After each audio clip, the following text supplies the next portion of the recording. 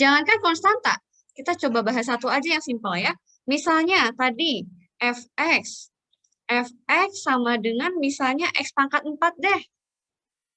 Berarti turunan pertamanya apa?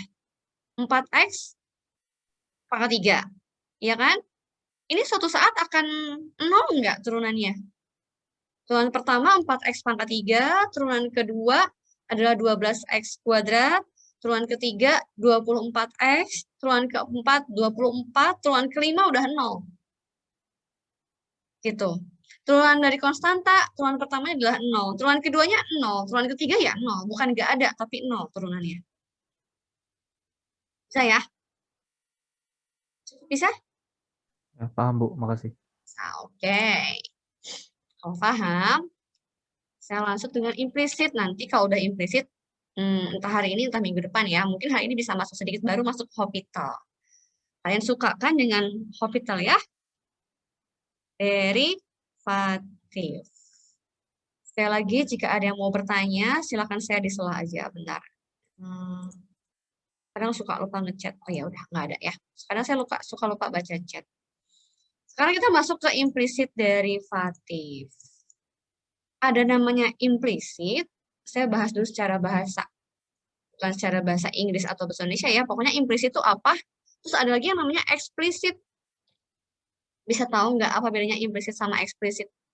Kalau secara bahasa, itu apa? Masuk, gitu ya. Impor, masuk. Ekspor, keluar. Implisit. Jadi sebetulnya bahasa ini memang punya kesesuaian. Mereka punya makna sendiri ya. Implisit masuk, eksplisit keluar. Apa yang masuk, apa yang keluar. Tinggal itu yang kita pikirkan. Kalau impor, barangnya masuk. Kalau ekspor, barangnya keluar. Kalau impor, apanya yang masuk. Kalau implisit apanya yang masuk, eksplisit apanya yang keluar, gitu ya. Nah, sebelum saya bahas masalah implisit derivatif ataupun eksplisit derivatif, jika memang ada istilah eksplisit derivatif, sebenarnya nggak ada, maka saya mulai bahas dari implicit function dan explicit function dulu. Sama implicit function. Oke. Kalau explicit function, misalnya, saya selalu kalau ngasih contoh tuh paling mudah dulu, supaya ya gampang dipahami aja ya. Fx sama dengan x kuadrat. Selalu lupa. X kuadrat misalnya. Minus sin x. Ini saya bilang eksplisit. Kenapa? Karena saya tahu bahwa ketika saya inputkan x-nya berapapun, saya bisa tahu nilai y. Y-nya di sini sama dengan fx. Ya, jadi y ini adalah fungsi dari x. Sehingga ketika saya input x-nya berapapun, bebas terserah Anda. Mau x-nya mau negatif, positif, mau dia desimal, mau dia bulat, bilangan real, pokoknya saya bisa temukan nilai y. Jadi sebetulnya kalau ini saya mau cacah satu-satu angkanya, saya bisa punya himpunan pasangan berurutan. Absis ordinat, x, y, x, y, x, y, x0, y0, x1, y1, x2, y2, dan seterusnya. Ya, implisit juga sama. Saya bisa menyatakan seperti yang eksplisit ini, tapi sekarang bandingkan bedanya, saya mulai dari yang sederhana. Ini apa sih teman-teman? Ini apa sih? Lingkaran. Lingkaran. Lingkaran dengan pusat di 0,0 terus jari-jarinya 2. Saya tahu bahwa ini saya bisa punya pasangan X dan Y. Saya bisa punya pasangan X dan Y sehingga salah. Saya bisa tahu bahwa di sana terdapat suatu relasi, suatu hubungan antara X dan Y. Saya bisa memasangkan X dan Y. Ya, tapi saya tidak menyatakan ini sebagai ini dikatakan implisit dan kebetulan untuk yang ini implisit dan eksplisit ya. Kenapa bisa eksplisit? Karena ini bisa dituliskan dalam bentuk misalnya Y sama dengan plus minus akar kan? Akar. Dari siapa? Dari 4 minus X kuadrat. Oh, ini lupa. Akarnya nggak masuk semua. Nanti saya betulin ya.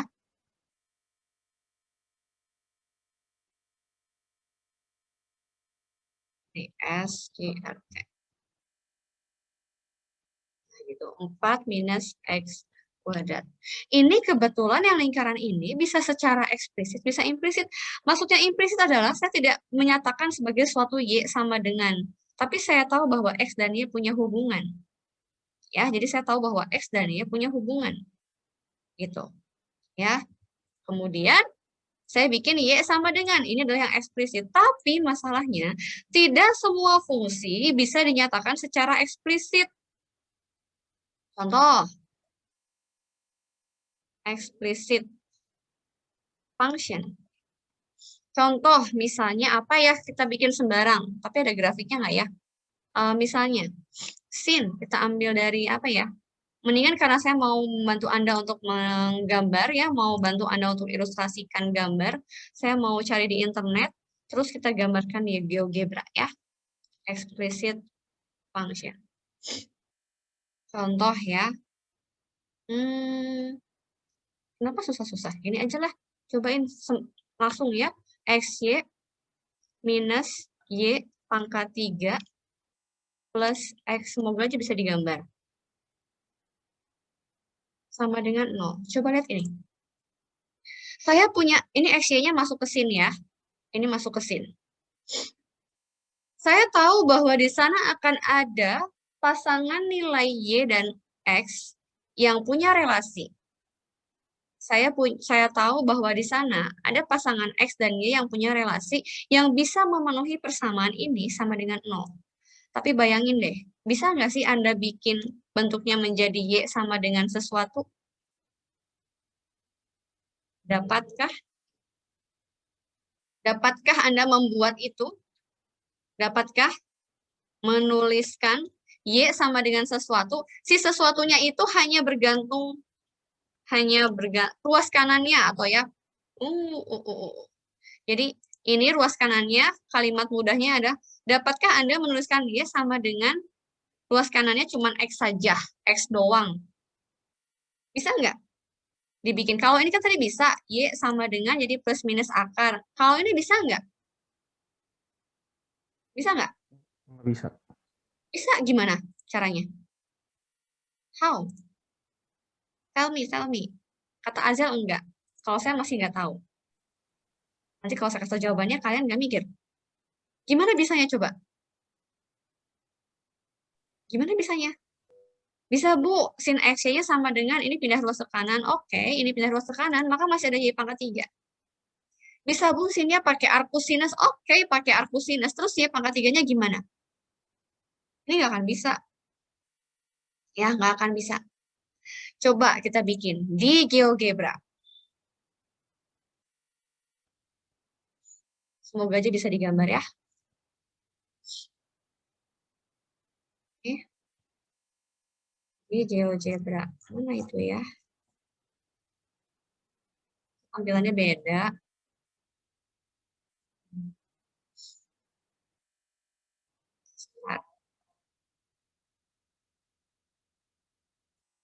Ya, ini kalau X kuadrat tambah X kuadrat tambah Y kuadrat sama dengan 4. Kan lingkaran tuh ya. Sekarang saya mau yang tadi.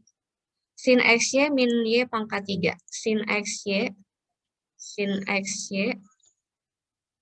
min Y pangkat 3. Kemudian implisit ya. Coba kita cari. Implisit. Kapan sih? Oh ini. Implicit curve. Oh ini. Oke. Ini saya ganti, ini saya delete. Terus ini fx-nya saya bikin menjadi tadi apa? Sin xy kemudian dikurangin y pangkat 3 ditambah x pangkat 3. Sama dengan 0. Sama dengan 0-nya nggak usah saya tulis ya. Oh, nggak keluar. Berarti ini nggak ada kurvanya nih. Kalau cuman ini, Y. Kalau ini nggak ada, berarti ini kurvanya saya salah bikin fungsi ya. Jadi fungsinya maksudnya memang nggak ketemu gambarnya. Ini nggak ketemu juga ya. Ini sin X-nya tadi ada. Ini sin X-Y. Kalau min X kuadrat, nggak ada ya? Oke, kita cari di contoh aja ya. Supaya nanti benar-benar muncul gambarnya seperti apa. Kalau tadi ini coba pakai lingkaran ya. X kuadrat plus XY. X kuadrat plus XY. X kuadrat plus XY. Oke, ini bisa nih. Min misalnya Y pangkat 3. Nah, ini aja. Saya bikin fungsi ini aja implisitnya. Yang tadi itu nggak bisa digambar karena mungkin karena saya bikin fungsinya ngarang, jadi bisa ada, bisa enggak. Nah, sekarang saya lihat nih. Saya punya implicit curve, misalnya saya punya X kuadrat tambah XY min Y pangkat 3. X kuadrat. Contoh berikutnya ya. X kuadrat min XY plus Y pangkat 3.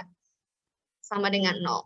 Nah, ini saya tidak bisa menyatakan untuk menuliskan, dapatkah Anda menuliskan Y-nya hanya bergantung pada X saja? Ini juga nggak bisa.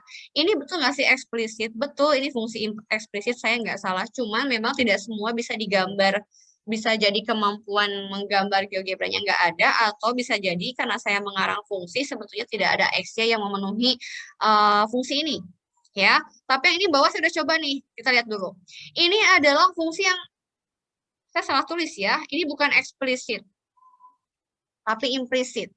Jadi fungsi yang implisit itu saya tidak bisa menyatakan secara keluar, secara eksplisit Y-nya sama dengan. Hanya bisa eksplisit kalau saya bisa menuliskan Y-nya hanya sebagai fungsi X saja. Kalau ini nggak bisa, saya mau bikin gimana Y-nya? Y pangkat 3, terus ini pindah ruas ke kanan. Kalau ini pindah ruas ke kanan, jadi akar pangkat 3, tetap ada Y di dalamnya. Ya, kalau saya mau bikin ini X-nya dipisah, X-nya sendiri di kiri, kemudian X kuadrat dan Y pangkat 3 pindah ke kanan, tinggal dibagi X, ya sama juga, ya ada Y pangkat 3 di kanannya. Jadi saya nggak bisa menuliskan secara eksplisit. Tapi saya tahu bahwa di sana ada hubungan antara X dan Y. Oh, saya salah nulis. Yang di sini plus XY min Y pangkat 3. Plus XY min Y pangkat 3. Ini plus, ini minus. Ini minus. Ternyata saya tahu bahwa ini ada grafiknya. Grafiknya adalah ini. Saya ganti warnanya biar kelihatan.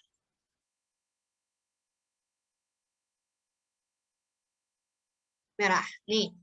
Ini grafik kita. Ada yang putusnya ya, discontinue. Ini saya print screen. Terus saya pindah sini. Ini grafiknya ternyata. Ada foto saya lagi. Nah, ini grafiknya. Jadi saya tahu bahwa ada pasangannya X-nya 1. Kalau X-nya 1, di sini Y-nya berapa. Kalau X-nya 7, tarik Y-nya berapa. Jadi saya tahu bahwa di sana ada pasangan X sama Y. Ya, ada pasangan X sama Y yang memenuhi ini. Ini adalah implisit. Itu secara fungsi. Terus, tujuan saya adalah bukan ke masalah implicit function-nya. Karena kalau implicit function mah udah definisinya cuman kayak gitu aja. Jadi secara bahasa atau secara kata-kata saya, implicit function itu adalah fungsi di mana kita tidak bisa menyatakan Y-nya sebagai fungsi X. Tapi saya tahu bahwa X dan Y punya relasi.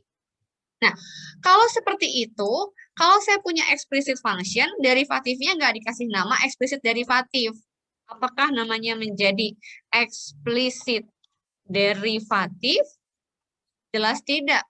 Ya, jadi derivatif yang Anda pelajari di sini semua tadi sebelumnya itu adalah derivatif yang sebetulnya fungsinya fungsi eksplisit. Kenapa? Karena ini fx atau y sama dengan di sini x semua. Terus yang ini juga walaupun panjang, fx-nya adalah y, di sini adalah x semua. Eksplisit. Dan derivatifnya nggak pakai istilah eksplisit derivatif. Jadi derivatif biasa. Nah, tapi sekarang kita punya istilah untuk implisit derivatif. Implisit derivatif ini kita pakai ketika kita menemukan yang implicit function. Jadi walaupun functionnya implisit, tetap punya derivatif. Apa bedanya nanti? Yuk kita lihat. Jadi ini implicit derivatif.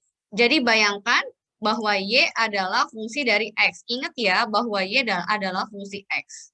Ya, bayangannya adalah kalau ada orang lagi hamil, Ada orang lagi hamil, kalian tahu bahwa perutnya besar, melendung, tapi kalian nggak bisa lihat bayinya, tapi Anda tahu bahwa di dalam di dalam perut ibu yang kembung tersebut ada bayi. Nah, implisit derivatif maksudnya adalah saya punya Y, saya tahu bahwa di sana ada Y, di mana Y-nya ini merupakan fungsi, apa sih ini? Kok kayak ada laler? Adalah f(x). Jadi Y-nya, ingat bahwa Y-nya adalah fungsi dari variabel X. X-nya nggak kelihatan, memang tidak secara eksplisit keluar, tapi saya tahu bahwa Y-nya adalah fungsi fx. Terus kalau saya punya yang seperti ini, saya akan pakai dua-duanya, walaupun tadi ini nggak muncul grafiknya, tapi saya akan coba jelaskan mencari turunannya ya. Ini contoh yang pertama, kemudian contoh yang kedua kita pakai ini. Pakai ini.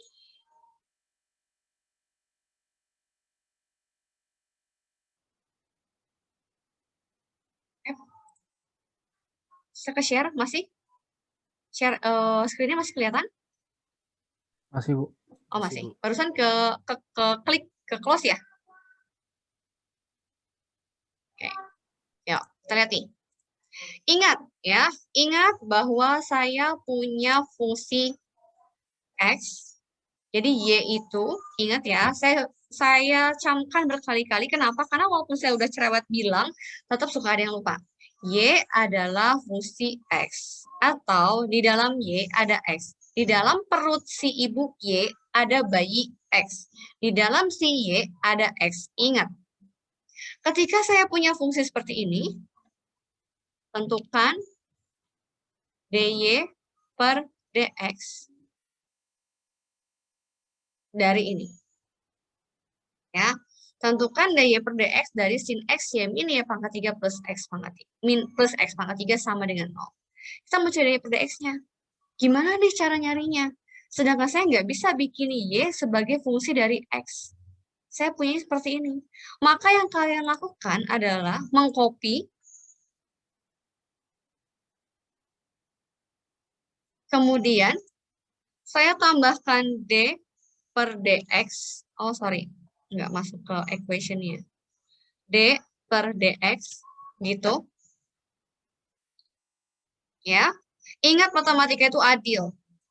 Kalau yang kiri diturunkan, berarti yang kanan juga harus diturunkan.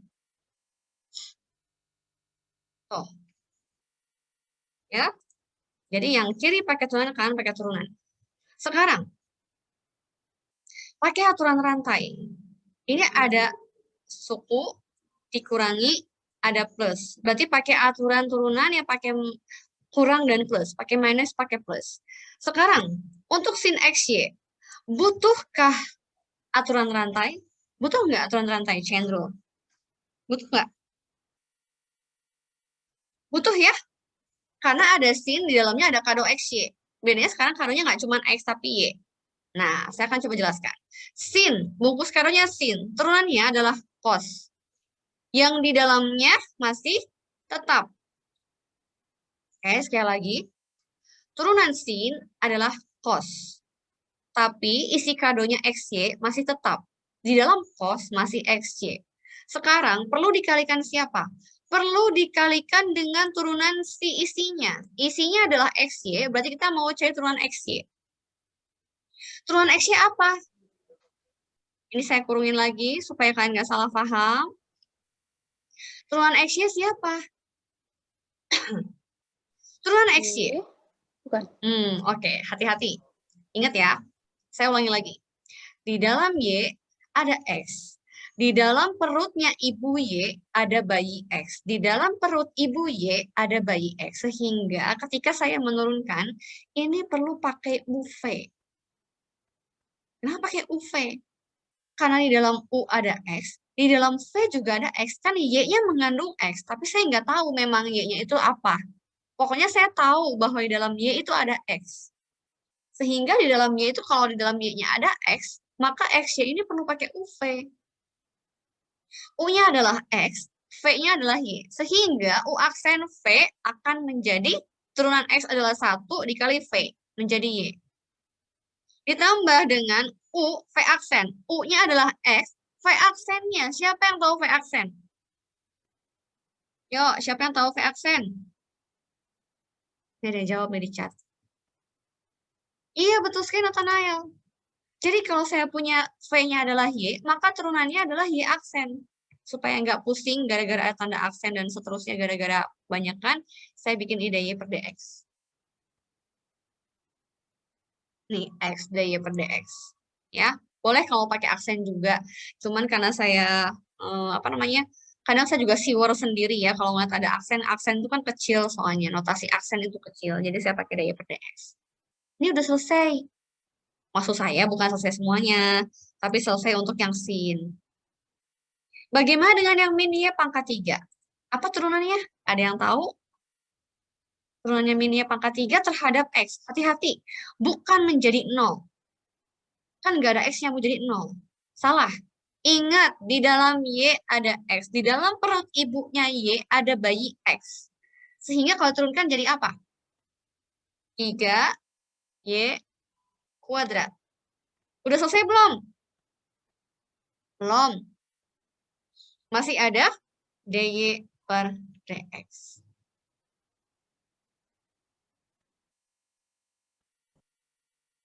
Gitu.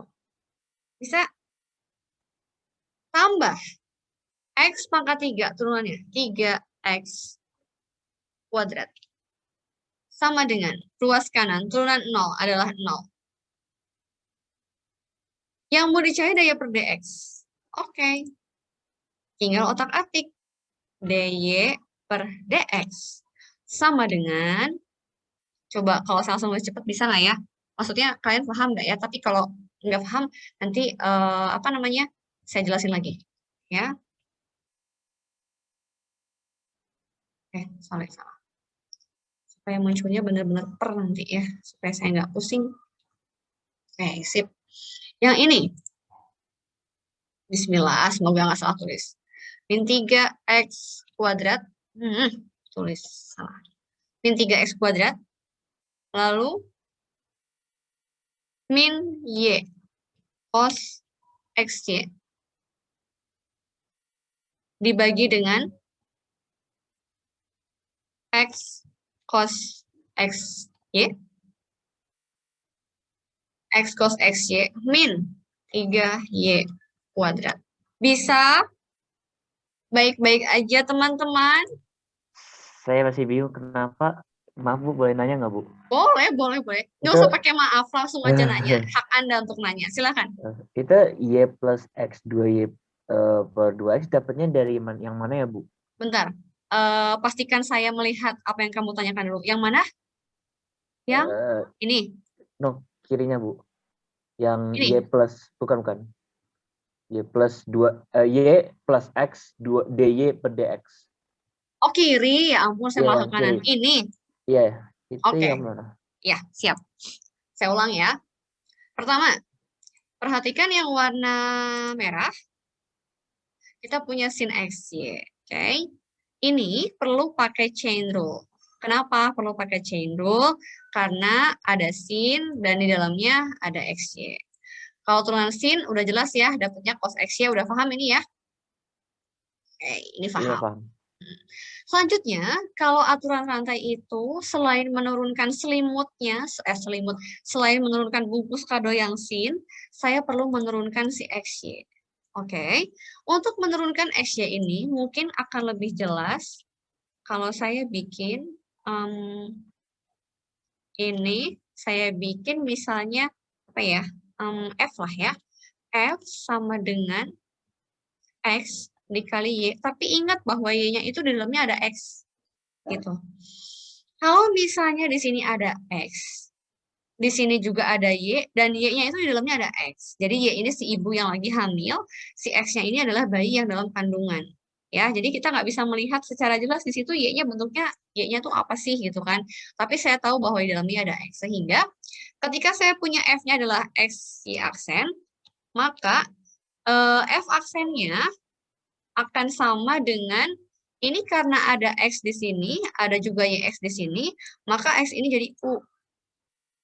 Ini jadi V. Yang U saya pakai warna biru. Yang U pakai warna biru, kemudian yang Y saya pakai warna hijau, gitu ya. Ini saya bold dulu. Saya bold, saya gedein ya. Nah, ini saya punya X sama YX. Jadi ketika ini pakai UV, saya pakai U aksen V plus UV aksen. U aksen turunan X-nya apa? 1. U aksen V, V-nya adalah ini. Ditambah dengan U, U-nya adalah X, V aksen. V aksennya berarti Y aksen. Y aksen X. Gitu. Nah, ini tulisan yang sedang saya bold itu tinggal dikopikan. Dikopikan ke dalam, ini biru juga. Ini dapat dari yang warna hijau. Ini yang sedang saya block, saya kopikan ke sini. Sama nggak? Ini sama nggak? Oh, karena kalau Y turunan itu nanti jadi DY per DX ya? Iya, karena ingat bahwa di dalam Y itu ada X. Yang kita nggak tahu bentuknya. Gara-gara implisit tadi itu. Kalau ibunya lagi hamil, ada bayi dalam perut. Kalau ibunya naik tangga, bayinya juga ikutan naik tangga. Iya kan? Gitu. Iya. Jadi kalau misalnya Y-nya mau turunin, ikut-ikutan. Si X-nya juga ikut. Cuman kita memang nggak tahu Y-X-nya itu apa. Gitu. Bisa ya? Bisa. Oke. Ada lagi pertanyaan? Bu, mau Silahkan. tanya, Bu. Boleh. Mau tanya, Mm-mm. kan kita bilang di dalam Y ada X. Nah, ini kan persamaan, Bu. Kenapa kita nggak pernah bilang di dalam X ada Y gitu? Boleh. Bisa juga kalau misalnya itu pertanyaan bagus. Kalau di sini saya bilang implisit itu adalah dapatkah menuliskan Y sama dengan X saja. Boleh juga kalau Anda menulis dapatkah, ini pertanyaannya saya bikin 2 ya. Ini pertanyaan bagus ya teman-teman nih. Dapatkah menuliskan X hanya sebagai Y saja? Boleh. Jadi kenapa nih nggak dibikin X sama dengan, tetap dibikin X sama dengan juga susah ya, kebetulan untuk soal ini dan ini. Jadi memang implisit. Nah, terus kenapa saya hanya berpatokan Y di dalam Y ada X? Karena kebetulan yang saya cari adalah DY per DX. Seandainya yang saya cari adalah DX per DY. Memang kebanyakan carinya DY per DX karena udah kebiasaan Y-nya fungsi X ya. Tapi tidak salah juga kalau saya mau cari DX per DY, bukan? Kalau DX per DY berarti yang dianggap apa? Yang dianggap adalah X-nya merupakan fungsi dari Y. Jadi Y-nya terkandung di dalam X. Kalau yang dicarinya adalah DX per DY, yang kalian lakukan bukan D per DX, tetapi D per DY. Dan ini juga berubah. Bukan ada Y-nya, tapi jadinya DX per DY. Gitu. Bisa ya? Pertanyaan bagus nih. Berarti bacanya diturunkan terhadap Y, diturunkan terhadap X gitu ya? Iya. Jadi nanti Anda patokannya adalah dari pertanyaannya dimintanya apa? Kalau dimintanya DY per DX, berarti dianggapnya adalah X-nya terkandung di dalam Y. Kalau misalnya diminta pertanyaannya adalah DX per DY, berarti permintaannya adalah bahwa X dianggap sebagai fungsi dari Y. Bisa ya? Oke? Terima kasih, Bu. Gitu. Kita balik aja nih kalau mau. Yang ini jadi DX per DY boleh nih. Iya DX per DY. Bu, Silahkan. itu saya menanya itu DY per DX sama dengan yang itu Bu, hasil terakhir itu dapatnya gimana Bu? Yang ini? Iya. Oke. Jadi yang ini itu sebetulnya diperolehnya dengan cara otak-atik biasa, adik-adik. Jadi ini buka kurungnya nih. Cos X-nya dikalikan ini. Terus oh ya hati-hati. Kalau cos X-nya dikalikan Y, apakah sama dengan cos XY kuadrat? Sama nggak sih? Maksud saya mau nulis ini nih. Cos X, Y. Sama nggak dengan ini? Hati-hati ya. Saya sering menemukan banyak kesalahan. Cos XY sama nggak? Cos X-nya dikali Y, apakah sama dengan ini? Sama nggak? Beda. Y-nya itu harusnya berada di luar cos. Oh, saya harus charger. Charge laptop. Terus ya, kalian nanti bilang aja ya kalau saya lupa ngecas, takutnya tiba-tiba mati lampu. Kalau tiba-tiba mati lampu, baterainya habis, udah deh kita KP ya. Kasih tahu aja kalau internet mah aman. Kalau mati lampu, wifi mati, masih ada hotspot. Lanjut dulu ya. Ini cos XY dikalikan Y, Y-nya itu berada di luar. Jadi Y cos XY. Kemudian cos XY dikalikan mana lagi? Dikalikan ke sini. Ya, terus dikurang, ditambah, pisahkan yang ada DY per DX-nya dalam satu ruas, dibikin DY per DX sama dengan, tinggal otak-atik biasa. Coba deh otak-atik di buku tulisnya, pasti dapat. Cuman kayak pindah ruas kiri kanan, terus supaya daya per dx koefisiennya 1 diapain gitu. Kalau Anda lihat ya, gini. Ini 3x pindah ke kanan, jadi min 3x kuadrat. Y dikali cos XY jadinya Y cos XY. Pindah ke kanan, jadinya min Y cos XY. Ini dapat dari mana? Koefisien daya per dx. X dikali ini. Dapatnya ini. Dikurangi ini, koefisien daya per dx dapatnya ini. Gitu. Itu otak-atik sendiri. Saya? Dikit. Itu kenapa min 3Y kuadratnya jadi yang di bawah ya? Kalau Anda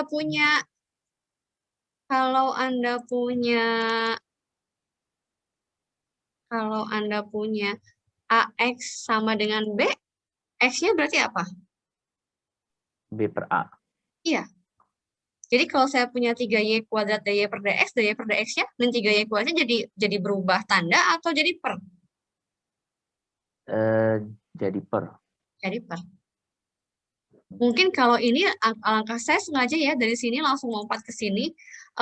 Karena untuk bagian ini saya pengen kalian coba sendiri. Karena ini kayak cuma tinggal pindah ruas aja. Ya, gitu.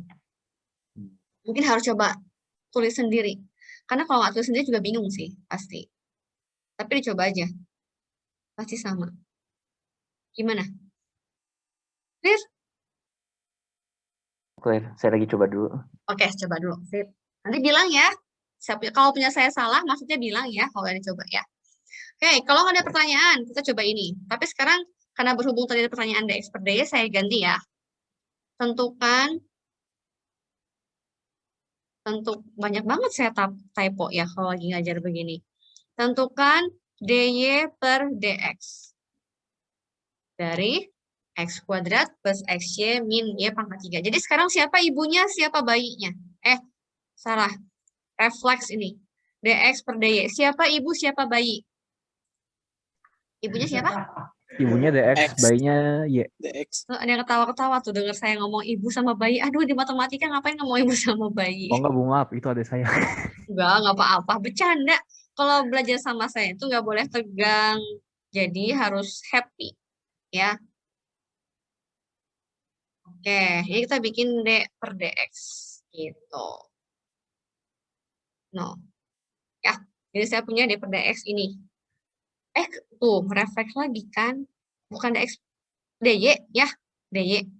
Karena saya bikinnya adalah DX per DY. Jadi ibunya adalah X. Ibunya adalah X, bayinya adalah Y. Jadi di dalam X mengandung Y. Ya, sekali lagi, di dalam X mengandung Y. Yuk, turunkan bareng-bareng. Maka yang saya punya adalah, ingat bahwa di dalam X ada Y. Sehingga turunan dari X kuadrat tidak hanya 2X. Bayangkan kalau ini adalah DX. Kalau ini DX, maka 2X sudah berhenti. Tapi karena ini D per DY, di dalam X-nya ada Y, maka nggak sampai 2X. Tapi perlu dikalikan dengan DY per DX lagi. DX per DY. Gitu ya. Tambah. Ada X-nya di sini. Perlu pakai ukali V nggak? Perlu pakai ukali V. Ya, karena di dalam X ada Y. Tapi UV-nya U aksen V. Turunan X bukan 1. Melainkan, apa coba? U-nya DX per DY. Betul sekali, DX per DY. Ini U aksen dikali V. Ditambah U, V aksen. Turunannya terhadap DY. Jadinya apa? Nih, turunan Y. 1. Biarkan saja. Minus turunan min Y pangkat 3. Turunannya terhadap Y loh. Jadi kita cuma cukup sampai 3Y kuadrat. Selesai. sama dengan ruas kanannya 0. Ya, udah. Habis ini, sama kayak tadi tinggal otak-atik, dx per dy sama dengan, jadi saya punya 3y kuadrat per 2x plus y. pintar. 3y kuadrat min x dibagi dengan 2x plus y. Betul sekali. Ya, coba saya mau tahu. Kalau dx per dy sama nggak sih dengan dy per dx? Ya, coba kita lihat. Ini saya copy. Saya bikin sebelahnya. Saya bikin dx. dx. Ya. Kemudian, selanjutnya. Oke. Selanjutnya, saya akan hitung secara cepat.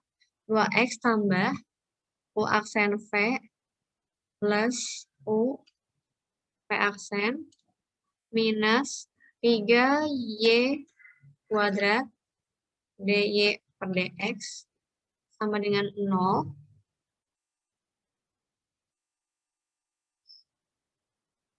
Ini, ya. Maka yang bawah dy per dx sama dengan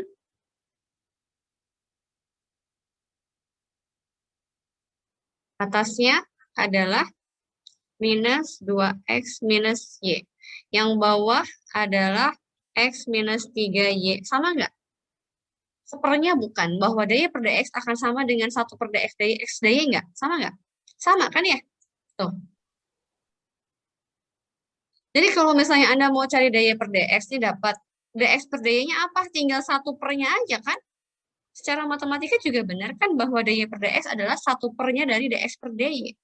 Sama. Beda, Bu. Oh, sama. Cuma tanda minusnya aja. Ini kalau mau jadikan plus, ini minus, ini juga plus semua. Sama persis dengan ini. Tinggal sepernya aja. Itu ya? Bisa? Bu mau tanya. Boleh, silakan. Itu terjadi karena ya cuma mau mastiin aja sih pemahamannya. Maksudnya berarti kan karena dy per dx itu kan sama-sama menyatakan gradien di garis singgung kurva itu kan. Betul. Cuma yang satu terhadap x, satu terhadap y. Makanya mereka bisa kayak kebalik gitu. 1 per, iya. Gitu. Oh, iya. Sebenarnya kalau kita ngomongin gradien itu nggak boleh dibalik. Tetap gradien itu adalah dy per dx. Jadi kalau mau ngomong yang ini bukan gradien, tapi ini adalah 1 per gradien, gitu aja ngomongnya. Ya. Jadi kalau gradien tetap 1. Gradien itu tetap, jadi istilahnya gradien atau kemiringan tetap tangan alfa. Tidak berubah menjadi, kalau tadi apa ya berarti? 1 per tangan itu berarti sekan ya. Gradien itu definisinya tangan, bukan kotangan. Kok sekan sih? Gradien definisinya adalah tangan, bukan kotangan. Jadi kalau misalnya ini dy per dx gradien, dx per dy itu bukan gradien, 1 per gradien gitu. Nah, jadi sama aja. Kalau misalnya di soal ditanya dx per dy, tapi karena Anda refleks selalu terbiasa dy per dx, ya nggak apa-apa mau ngitung dari dy per dx juga. Nanti dx per dy-nya apa? Gitu. Saya aman? Bu, mau nanya? Boleh. Itu yang x itu kenapa nggak, yang x kuadrat kenapa jadi 2x dx per dy, kenapa nggak jadi 2x aja? Oke, tadi temannya bilang ini maunya dx per dy. Berarti sekarang ibunya siapa? Ibunya x. Bayinya? Y. Y. Berarti di dalam x ini ada y. Kalau x-nya naik tangga, y-nya naik tangga. Kalau ibunya naik tangga, bayinya otomatis ikut naik tangga. Sekarang, kalau x kuadrat diturunin adalah 2x, tapi ingat, di dalam x ada y, sehingga saya harus menurunkan dx per dy.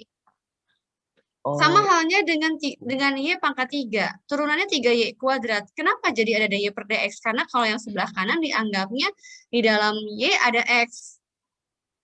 Gitu. Kalau yang sebelah kiri di dalam x ada y. Bisa?